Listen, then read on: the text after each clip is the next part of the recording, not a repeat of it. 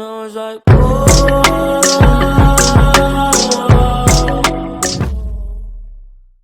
Hey guys, Dylan here. Welcome back to another action figure review, and today we're reviewing the Spider-Man Across the Spider-Verse Miles Morales from Spider-Man Across the Spider-Verse Part 2, because apparently they have two movies.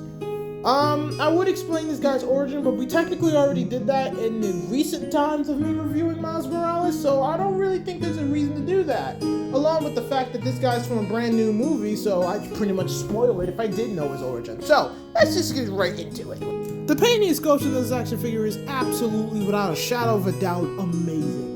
Now, if you guys watched the original movie, Spider-Man Into the Spider-Verse, you know that this isn't actually his suit. No, because this is an upgraded version of his suit. And by God, it looks amazing. The way the red mixes with the black, the way the black glistens off the freaking light makes it, Jesus, it's so freaking good.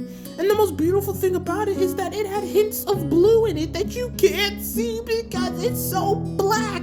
It's so perfect. Oh my God, the red, look at that face.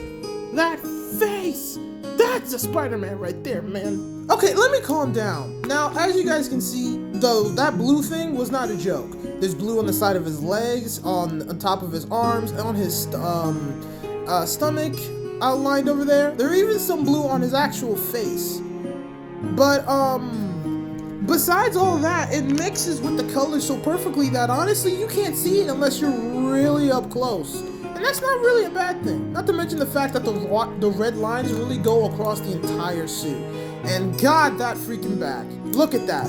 That's amazing. Because I love Spider-Man suits. I love when they do suits like this. It's just, God, I love it. I just do. For accessories, he comes with two web shooting hands, and honestly, for Spider-Man, he should have more, but at this point, the way Marvel's Legends have been doing lately, having two fist hands and having two web shooting hands are basically a blessing in the sky. And for his second accessory, he comes with an unmasked head, which honestly, I feel like this head sculpt is a very big upgrade to the original one you got from the old Spider-Man Into the Spider-Verse line. It looks really nice, I do love it, and putting it on this action figure is actually pretty easy. I think the only thing I don't like about this figure is the fact that it's so stiff, along with the fact that the freaking arms were so hard to move that I had to do the drill technique that I use on Star-Lord again. And you know, that's something I don't want to constantly do because I could easily break the figure by doing so, but I'm not gonna complain here, like it worked, so no big deal. I also had to dremel out the head a little bit because the peg was so small that it felt like it was gonna break if I kept turning the head like that, but I hope if you do buy this thing, you don't have the same problems I'm having. But anyway, let's get on and get into the articulation.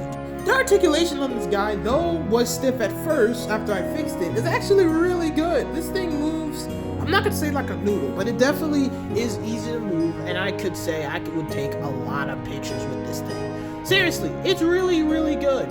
I mean, like I said, when saw this action figure and I saw it was so thin, I was afraid because it was like, yo, this is gonna break. I know this is gonna break, but after I did my modification, it's not like that anymore. It feels different now.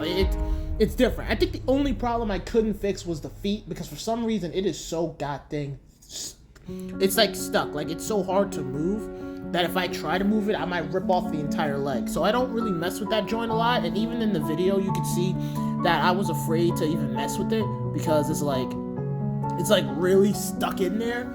But you know, yeah, that's just a little sad thing that I just can't fix. I can fix everything else, but when it comes to the feet, nah, I can't fix that. Not even if I wanted to.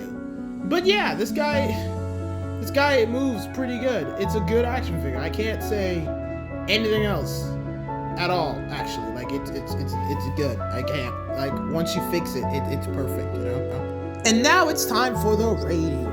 For painting and sculpture, this guy gets 1 star because there's no complaint here. Even though that blue is a little weird, I love it. For the articulation / accessories, it gets 1.5 star because even though the accessories are good, the articulation wasn't even good until I fixed it. If I left it the way it is, this thing wouldn't even get a star. So yeah. which leaves us with the price.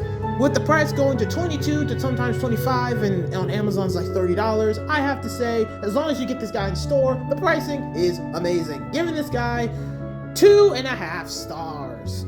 Even though I wish this guy got more stars, I do have to admit it is still a great figure, and I'm glad to add it to my collection. If you guys do find it, get it, but just make sure if you are gonna buy it, you know how to fix these things, because if you're not experienced with this stuff, it might break. But with that being said, thank you guys for watching. Like this video, give me a like, subscribe, and I'll see you guys next time.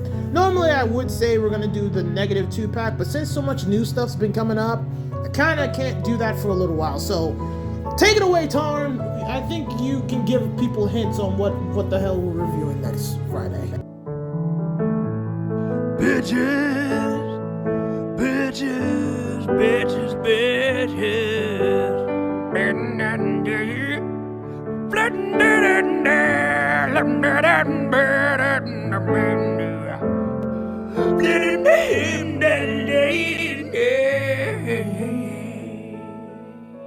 For the love of God, that video music does not belong to me. I got it from a YouTuber. I'll put him in the description down below. Do not copyright me.